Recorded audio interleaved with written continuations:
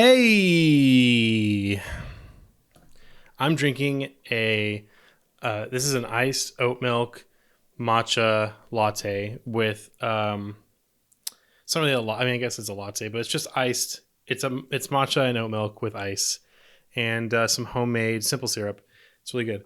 Yeah, it's hot. It's hot in Los Angeles. I've had the air conditioner going, but I have to turn it off to record, and it's already slowly getting warmer. I feel very sticky. In my ongoing adventures with 4x5 and my trusty, not so trusty speed graphic here, I've wanted to try to do more stuff and document more things and just kind of get the hang of shooting 4x5. I admittedly still am learning a lot about it. A lot of it is because there are some downfalls with this camera that I just can't. I have to work around them. Like the shutter speeds and the lens don't all work. The focal plane shutter in the camera has some issues as well. So getting exposure with this camera sometimes is kind of a crapshoot. So I've just been really trying to get used to shooting 4x5. About a half a mile from my house, there is this really cool wall that has this kind of tile facade on it that has these light pink tiles, and then in the middle there's a cross and white tiles. And I thought that would be cool to photograph. I see it every day. I drive past it at least twice a day. And I noticed that within the last couple months, the building that's next to it on the next block is being demoed. And it's a very similar building to the one that the mural is on. And I got kind of worried that they were going to also demo that building. And I wanted to photograph that tiled wall before that could happen. I had since run out of color 4x5 film. And I was going to buy some more, but it's very expensive. I kind of thought, it might actually look really cool in black and white. So I had some HP5. I went out there and took a couple shots.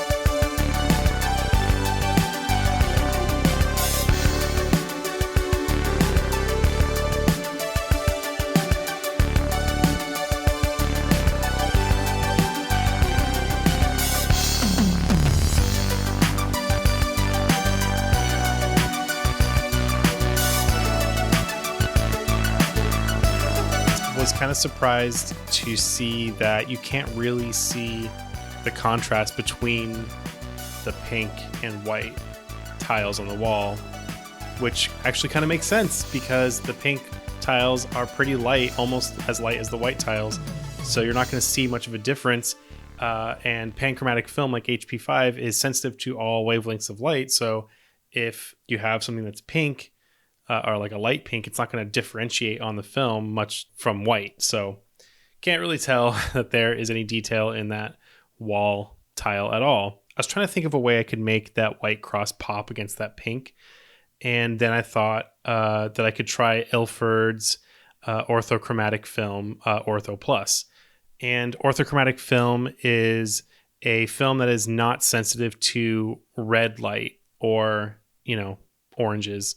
And hopefully pinks. And so what happens is if you photograph something that is red, it'll be dark. If you have orthochromatic film, it is not sensitive to that color, so it's not going to get the light. It's not going to absorb that light on the film, and it's going to be dark. So there are very specific use cases for orthochromatic film. I was thinking about doing a project where I photograph someone wearing, red makeup, red lipstick, or maybe having red clothing or accents of red on their clothing that would pop when photographed on orthochromatic film. The pink on the wall is pretty light, so I was just hoping that this would work.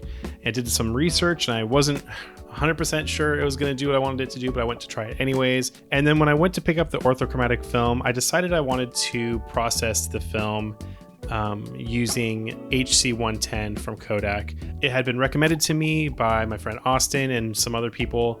I usually develop black and white film as a stand development, and I really love doing that, but with something so exacting and trying to get like a very specific outcome, I really thought it would make sense to take the time and process it by hand using HC110. I heard it's a really great way to develop black and white film, so yeah.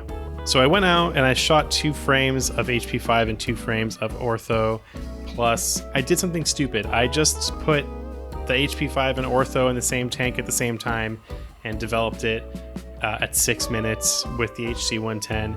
And while the outcome isn't bad, I feel like my laziness in development didn't yield the best results. So as you can see in the images, there is more of a contrast, but it's very almost not really that noticeable. I kind of just figured this was like an oopsie, like I tried it this way, this isn't the right way to do it, now I really got to do it right. So I didn't get the contrast I wanted, and I was really hoping to get more of a contrast between the light pink and the white. And doing some research, I found that if I really wanted to block out that red light, to get a green filter. So I did. This is a Tiffin 11 green 1. And I got this over at Freestyle, and it's just literally a green filter. And I just stuck this right over the Kodak Ektar lens and used this filter to shoot with the orthochromatic film. I metered through this and got my meter reading and shot the film.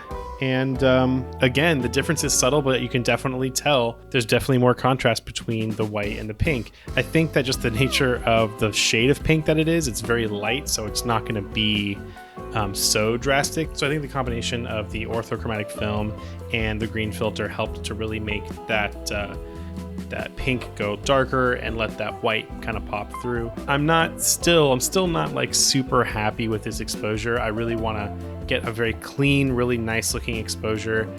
Again, I'm still trying to figure out getting around this camera, getting around its eccentricities and the stuff that's like, broken. So I think I need to try something different for the next exposure.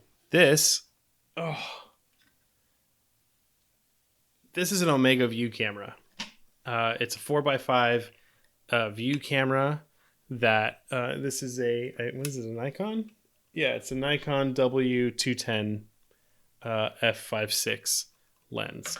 This is like a rail camera because it's on a rail. You mount it to a tripod, and then so you can unlock the standards and kind of pull them forward and back around this reel. So this is an Omega View camera that Joey from Awesome Cameras has let me borrow. And this is kind of a more full-featured view camera. It's not a field camera like the Speed Graphic here. This one has rise and fall and tilt shift and all that stuff that really kind of allows you to dial in your images pretty perfectly. That's the ground glass on the back there. So this camera here, the lens, everything's in the lens. There's no focal plane shutter in here like in the Speed Graphic. Everything's in the lens. So this has a fully functioning leaf shutter, and it works perfectly fine. So my idea is to instead take this camera out with Ilford Ortho and the green filter, or a green filter, maybe a bigger one. Obviously, this is a much larger lens, and try this shot again. I don't know when I'm going to do that, but I am excited to get this photograph done before that place gets demoed or I move away. Yeah, I'm excited to do that. I only took a couple shots with this camera so far, both at the SoCal Camera Show where I received this from Joey. So I'm actually really excited to take this out and try more 4x5 stuff. And also the addition of having rise, fall, tilt, and shift, I can really get my composition like exactly how I want it, which is also very cool.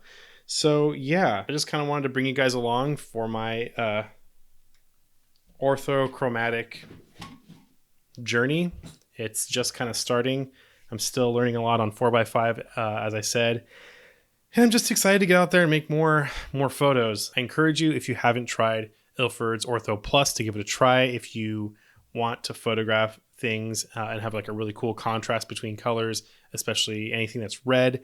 You can do that and it's very cool. I think it's mostly not sensitive to red light, like specifically red.